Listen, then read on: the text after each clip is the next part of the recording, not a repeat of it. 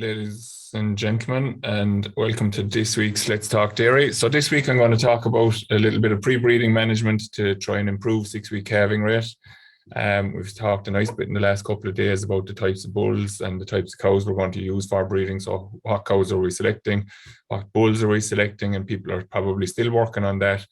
But in spite of all the fantastic benefits of EBI, etc., there is a management element to breeding, and if people don't deliver on that side of it, then all the EBI in the world and fertility management or fertility sub-index isn't going to put cows in calves. So we have to submit cows. We have to submit cows at the right stage, and we also have to deal with cows that have trouble as well. So I'm going to focus on, I suppose, identifying those problem cows today, and I'll just go through a short presentation here in relation to this. And okay, so pre-breeding management, as I said, to increase 6-week calving rate is the focus for today. And why are we concerned about that? So the target is that we would have 90% calved within 6 weeks, and that is a fair ask, I suppose, in some people's minds, but there are people achieving it, and then there are other people that would say that they don't want to achieve it because of the effort that creates, I suppose, or the requirement for effort that creates in a very short space of time.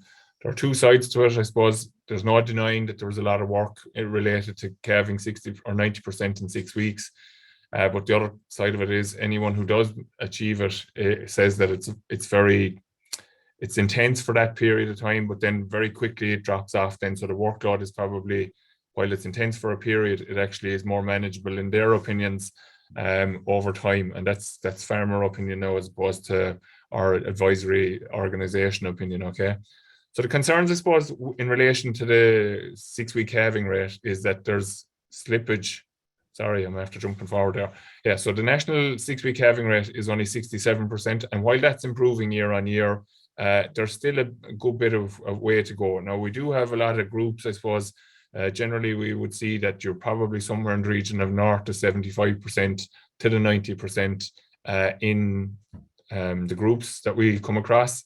But there's probably a large cohort of people that are probably sitting in that 75 to 80% calving rate. Now, it's still a good calving rate, don't get me wrong, but there is scope for a little bit more. And I suppose just in terms of the national context, what's it worth? So Lawrence Shalhoub and George Ramsbottom and a few other people were involved in a paper a good number of years ago now where they quantified the value of this. And they came out with a figure of each 1% being of difference being worth €8.22 per cow in the herd. So just to work through that, if we have our target of 90%, and from a national point of view, looking at it today, with 67% calved in 6 weeks in 2021, we have 90% minus our 67%, giving us a 23% difference.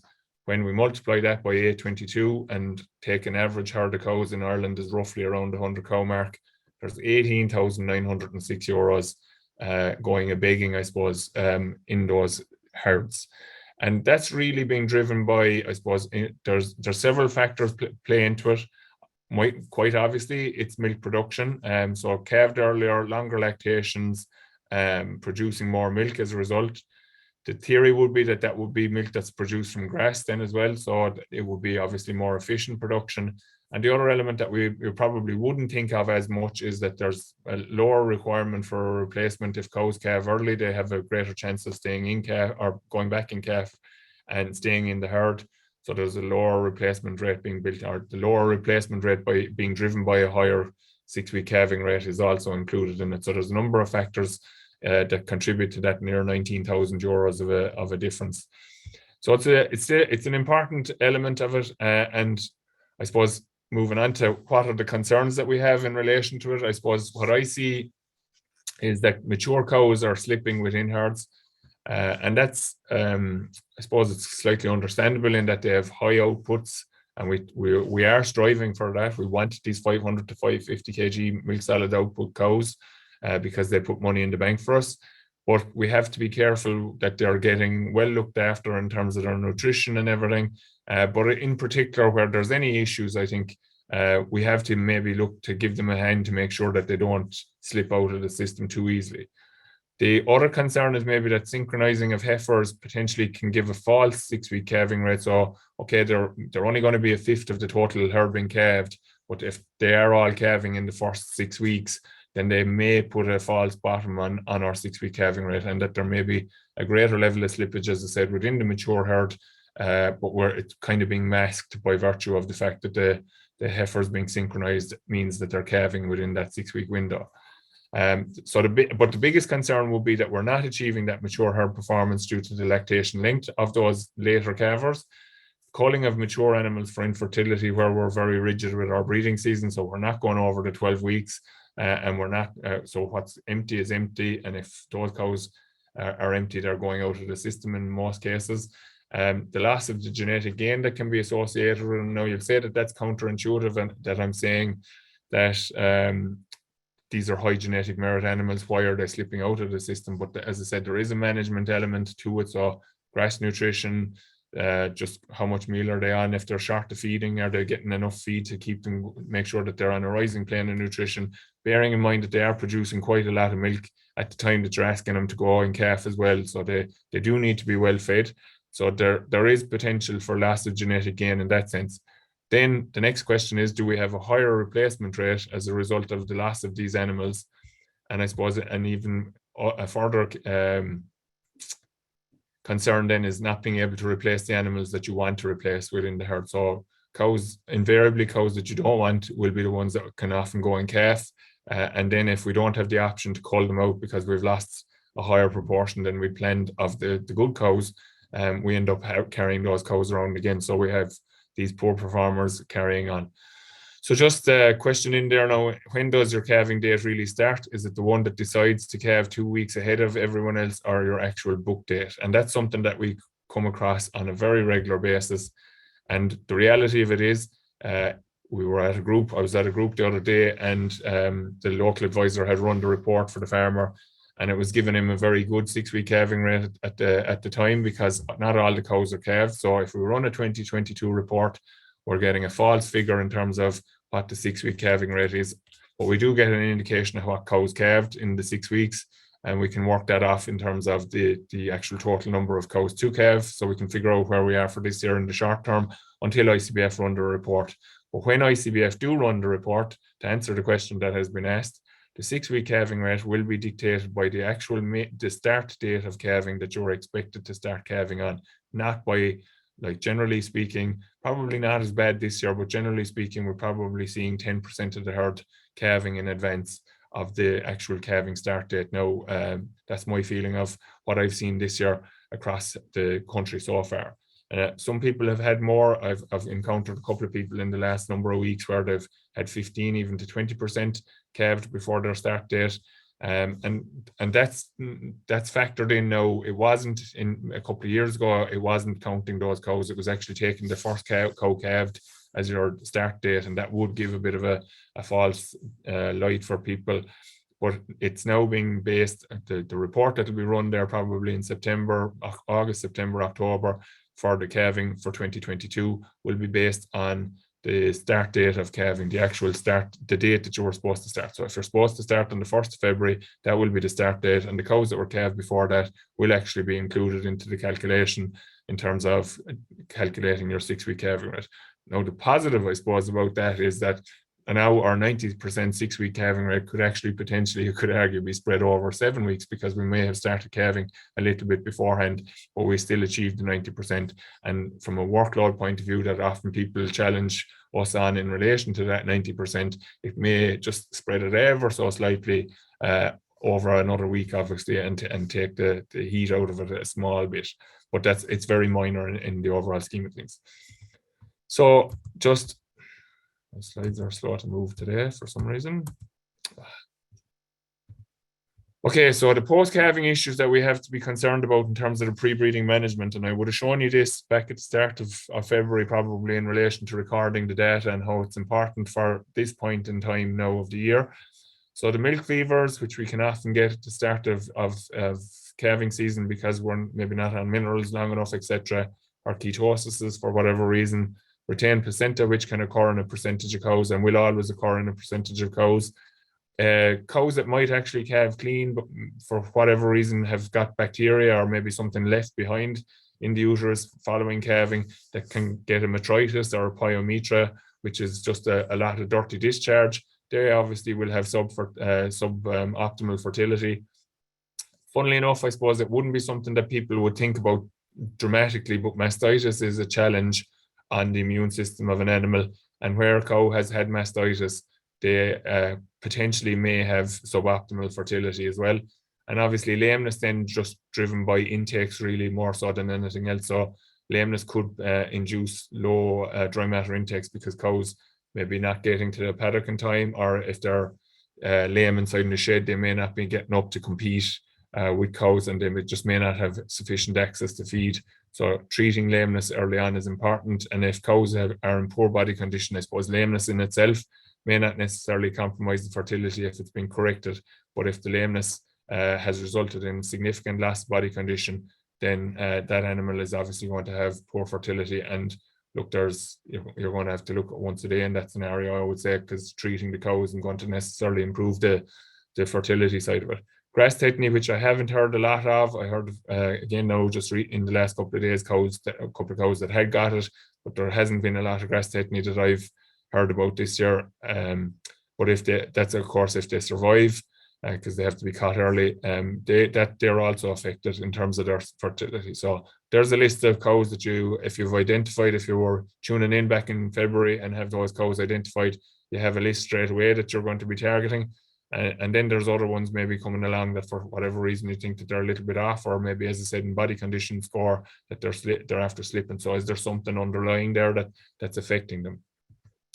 Mineral nutrition. So I'm moving on to what we can do to correct this. And I suppose mineral nutrition is a bit of a maze in terms of the interactions. I should have actually included the mineral interaction sphere that you might often see there, and we have to be very careful with minerals because there are recommendations there in terms of what inclusion rates are required for the various minerals, and they generally are they're going to be at the standard levels in feeds that you have, but different areas have different issues. So molybdenum is a common problem in the area that I'm from. Selenium can be a problem in another area near Moore Park as well. So we'll say individual areas can have individual problems. Iodine was a problem that we came across last year, and obviously the big one then that seems to be cropping up more and more, and there seems to be a real push on it, or an increase in demand for phosphorus in the last couple of weeks, according to some suppliers I've spoken to, in that there's a bigger demand in relation to phosphorus deficiency, or concerns around phosphorus deficiency. So that's a macro mineral. People would often forget about that, and it can actually be the one that could trip people up. So it's important that people know what the issues are. So there's a lot of people go down the route of maybe injecting minerals, bolusing with minerals, feeding minerals that they may not need to do at all. So it's very important. And I spoke to Stephen Butler about this earlier in the week, because he's done a lot of work in this area. And he's very adamant that people really should try to identify the problem in advance rather than loading in the minerals first, okay? So blood sampling at least 10 cows to establish their position was what he was recommending. You also need to look at what's been consumed. So your grass, your concentrate. Milk isn't a fantastic material for testing for mineral status, according to Stephen, with the exception of iodine. It gives a good indication in relation to iodine. So you can test milk as well. I suppose the initial reason I contacted Stephen on Monday was to see about the use of milk, maybe just to do that scan. Would it be of any major benefit in terms of identifying any potential deficiencies on farm? So he ruled that out quite quickly, I suppose, in terms of blood is the better material to use to try to identify. But it's important then that we know what's going in as well. So the grass and the concentrate has to be checked as well. And it's important to get a full mineral scan done on all of those then, and including inorganic P, thyroxine, and GPX selenium analysis for the bloods as well. So he was just making the point that the general mineral scan that some vets may send for may not cover all of these. So you may have to specify or just have a discussion with your vet as to what they're actually going to test for, to make sure that you get a full rundown on what you're submitting. So I suppose that's the mineral side of things. As I said, it's important that people know their position rather than diving in with stuff, because you can actually create toxicity issues as well with minerals. So we have to be careful that we don't create a problem by trying to solve a problem. And in some cases, we have seen where people have gone in to treat trace element deficiencies that they didn't have, and they missed the main criteria, which was maybe a macro mineral, phosphorus being the main one that would be a problem there.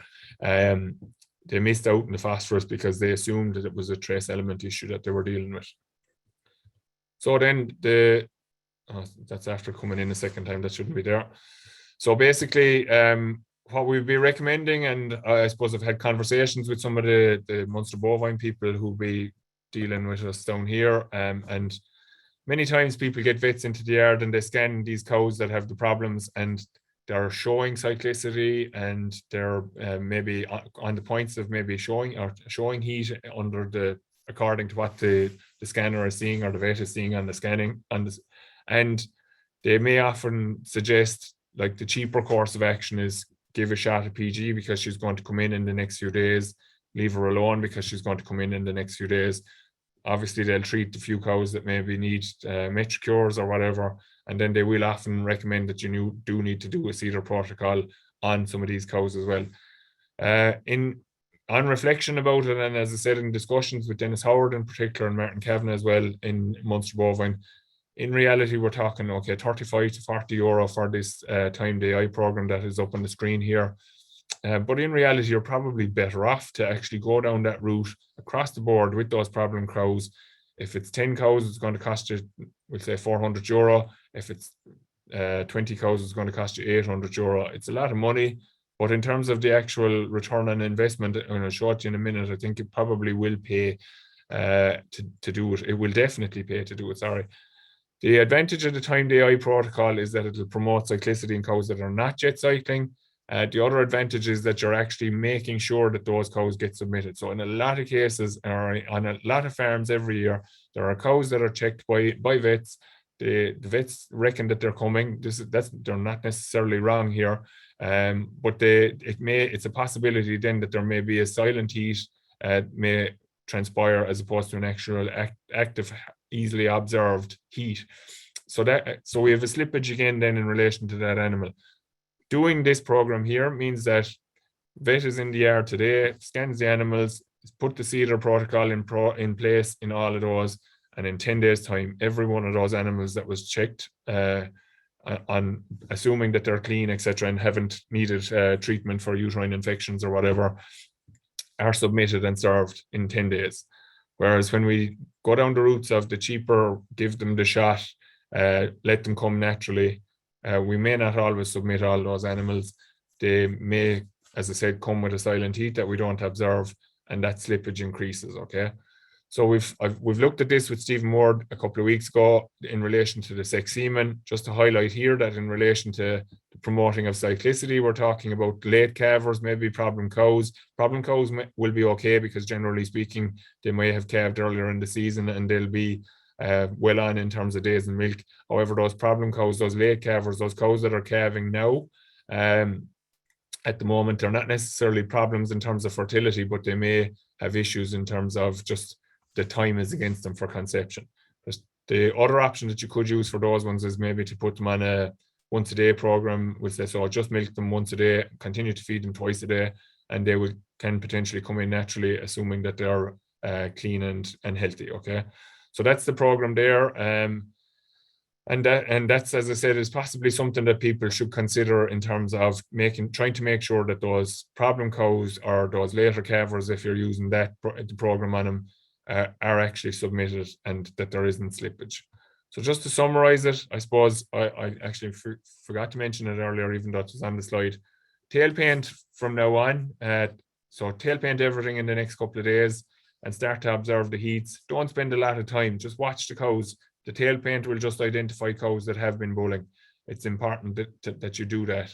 I suppose clipping the hair is probably, or is to be recommended. So clipping the hair on the tails in advance of applying the tail paint to avoid this layering that can occur during breeding season and make it actually difficult to interpret tail paint. Note the heats. As I said, don't put a lot of effort into watching for them. Just identify that cow is in heat, or And what we're really trying to do is that in 3 weeks' time, we will have a cohort of animals that we will know that have not shown in the last 3 weeks, and they are candidates that may need to get checked out. And it's important that these are checked out very early on. So depending on where you are in the country, you may be able to get this done before you start breeding, or you may be just getting it done in the first week of breeding as well. In the past, we've probably been inclined to say, we'll give them a chance, we'll let them come naturally, and then they don't come in the first 3 weeks. We may be tempted to leave them run on again, then to see will they come again themselves. And we're very late getting involved then in terms of intervening. So we're going to identify the problem cows by doing our pre-breeding tail paint now before we actually start mating start date, which is what that MSD stands for there. And that will allow us to treat them to ensure the submission and the service. So I have a question mark there in relation to the 4-to-1 return on investment. How I came up with that is basically, if we've 100 cows and we get 1 extra cow in calf, that's a 1% increase. If we say €8.22 for every 1% increase, we're saying that cow is basically generate over 21 days. If they calve 21 days earlier, is generating €173. And if the cost of the program, I rounded it up to €40, we're getting over 4-to-1 return on investment in that scenario. Okay. So the value of the Metricure is a question that has come in there. I suppose it just all depends on the level of infection that's there. Some Metricure will work, but if there's a very significant infection, you may need to use 2. And often it can be recommended that you would include the Metricure post AI. So look, take advice. I'm not a vet. You'll have to take advice in relation to that from your veterinary surgeon or your breeding people that are doing the breeding work with you. And but Metricure, I would say at this stage, Metricure is the only option in terms of trying to treat uterine infections for people at this stage. Okay, so that's pretty much it for today. As I said, just go about kind of doing very minimal invasion kind of pre-breeding checks, or just do the tail painting. People that have collars, etc., will have that information feeding back to them, and I will be able to identify those non-cyclers as well from that. Submit them early, so get your vet out before you start breeding. Consider going on the full program. I would say, as I said, it's a costly program, but people should consider using it, because I do think it will return. So basically, you're ensuring that you're getting the submission by doing it. You're ensuring that the cow is served. It's not a guarantee that they're going to go in calf, but you are kick-starting the system. And I just flick back here because I thought I had a slide that just to highlight it. I must have lost it somewhere along the way. I did, yeah. So basically, I suppose what I was trying to do with one slide that hasn't come through there is advocate that if you have this done before you start breeding season and you have a 12-week breeding season, you have 4 opportunities that a cow can go on calf.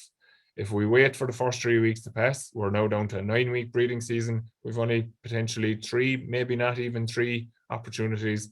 If we wait for 6 weeks, we may only have 1, because our program has to be implemented and serve the cow. And obviously, if we wait till the very end of the breeding season, the chances of that cow conceiving and staying in the herd are dramatically reduced. So take a proactive approach to your breeding management. Get those problem cows sorted out. They're problems for nothing to do with their genetics in a lot of cases. It's just like circumstances. So mineral nutrition, we'll say, for one reason or another has resulted in retained placenta or caused them to get the milk fever, etc. So they are cows that just have had suppressed immunity, aren't actually just functioning 100% maybe, and just need a little help in hand. And it'll be money well spent in terms of retaining those cows for the mature yields that they can generate, reducing replacement numbers required to be brought into the herd, which may either free up heifers to be sold potentially, or free up heifers to be brought into the herd to replace cows that are actual, genuine, poor performers or bad cows. So we'll leave it at that for today, and we'll be back again next week, and we'll talk to you then. And in the meantime, happy and safe farming. Okay, thank you.